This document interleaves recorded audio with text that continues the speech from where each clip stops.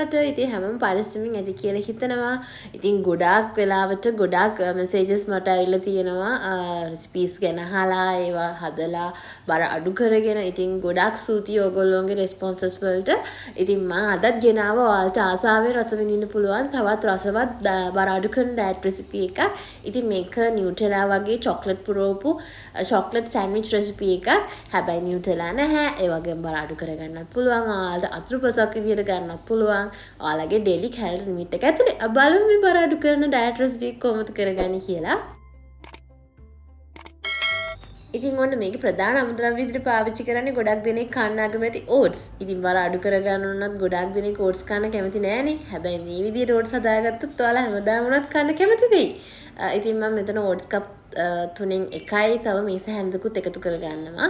ඊට පස්සේ ඒකට මම එකතු කරගන්නවා ලුණු ටිකක්, බේකින් පවුඩර් ටිකක්, ඒ වගේම වැල්ල ටිකක්. ඊට පස්සේ සීනි ආදේශකයේ විදිහට මම පාවිච්චි කරන මගේ ස්ටීවියා එක. ඉතින් ස්ටීවියා එකෙන් ඩ්‍රොප්ස් දෙකක් වගේ තමයි මේකට අවශ්‍ය වෙන්නේ. ගොඩක් දාන්න අවශ්‍ය නැහැ. මේක ගොඩාක් පැණි රසයි. ඒ නිසා ගොඩක් අවශ්‍ය වෙන්නේ නැහැ. හැබැයි පැණි රස උනත් මේකේ රුධිරයේ තියෙන සීනි මට්ටම වැඩි වෙන්නේ නැති නිසා වැඩි ආරෝගීන්ටත් ගොඩක් හොඳයි. ඒ වගේම බර අඩු කරගන්න අපිට සීනි සම්පූර්ණයෙන්ම නවත්තලා මේක ගත්තොත් ඔයාලට බර ඉක්මනින්ම අඩු කරගන්න පුළුවන් කියලා ඔයාලා දැන් දන්නවා. ඉතින් දැන් ස්ටීවියා එක ඔයාලට මගෙන් ගන්න පුළුවන්. පල්ලෙහා තියෙන ෆස්ට් කමෙන්ට් එකේ WhatsApp නම්බර් එක. ඒකට මැසේජ් එකක් දාන්න. එතකොට ඔයාගේ ස්ටීවියා එක ඔයාලඟටම ගෙන්න ගන්න පුළුවන්. හරි සීනි ආදේශකය එකතු කරාට පස්සේ බිත්තර දෙකක් එකතු කරගන්නවා. ඊට පස්සේ ඒකට මම එකතු කරගන්නේ වතුර ටිකක්. ඉතින් මම වතුර මෙතන කප් 4න් එක වගේ ප්‍රමාණයක් තමයි එකතු කරගත්තේ. ඊට පස්සේ chia seeds වලින් මේ සැහැඳි භාගයට වඩා චුට්ටක් අඩුවෙන් මම එකතු කරගන්නවා. ඉතින් මේ සැහැඳක් වුණත් පාවිච්චි කරන්න පුළුවන්. මේකේ antioxidants, omega 3 fatty acids, fiber අන්තර්ගතය ගොඩක් ඉහළයි. ඉතින් ගොඩක් හොඳයි බර අඩු කරගන්න අපිට මේ chia seeds. ඉතින් මේ ටික ඔක්කොම දාලා මේක හොඳට blend කරගන්න තමයි තියෙන්නේ. ඉතින් හරියම ලේසියෙන් හදාගන්න පුළුවන් රෙසිපි එකක්. blend එකට දැම්මා ඔක්කොම blend කරගත්තා.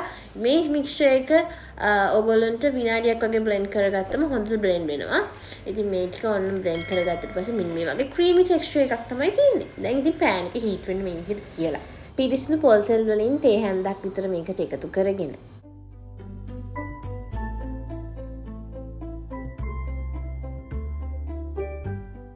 ඊට පස්සේ ඒක පොඩ්ඩක් මේ විදිහට ස්ප්‍රෙඩ් කරගන්නවා ස්පැචුලා එකක් අරගෙන. ඊට පස්සේ අපි බ්ලෙන්ඩ් කරගත්ත අපේ මික්ස්චර් එක මේකට එකතු කරගන්නවා. ඉතින් මම කියවනේ අද හදන එක පාන් පෙති වගේ තමයි අපි මේක හදාගන්න යන්නේ. ඉතින් මම මේක රවුන්ඩ් විදිහට පැන්කේක් විදිහට නැතුව පොඩ්ඩක් මේ විදිහට කොටු හැදෙට ෂේප් කරගන්නවා. ඉතින් මේ මික්ස්චර් එකෙන් අපිට පුළුවන්කම තියෙනවා පෙති 4ක් විතර හදාගන්න. සෑන්ඩ්විච් පෙති 4ක් විතර හදාගන්න. ඉතින් ඔන්න මේ විදිහට පොඩ්ඩක් ෂේප් කරගන්න. ඔයාලට මේක හැන්දෙනුත් කරගන්න පුළුවන්. මේ විදිහට කොටු ෂේප් එකක් එන විදිහට දෙපැත්තෙන් පොඩ්ඩක් මේ විදිහට ෂේප් කරගන්න. අනිත් පැත්තනොත් මේ විදිහට ෂේප් කරලා ඔන්න මේ වගේ තවත් සෑන්ඩ්විච් පෙත්තක් හදාගන්න තමයි යන්නේ මම.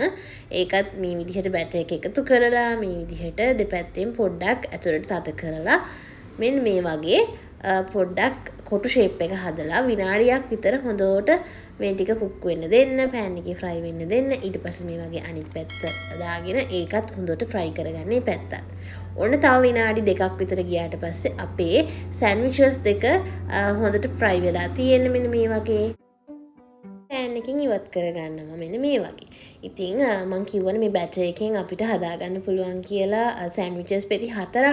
ඉතින් මේ වගේ මම ඒකත් කොටු ෂේප් එකට හදාගෙන තවත් ඉතුරු බැටර් එකේ ඉතුරු කොටසත් මේ විදිහට පෑන් එකට එකතු කරගෙන ඒකත් මේ විදිහට කොටු ෂේප් එක හදලා විනාඩි 1මාර වගේ මේකත් හොඳට ෆ්‍රයි කරගන්නවා.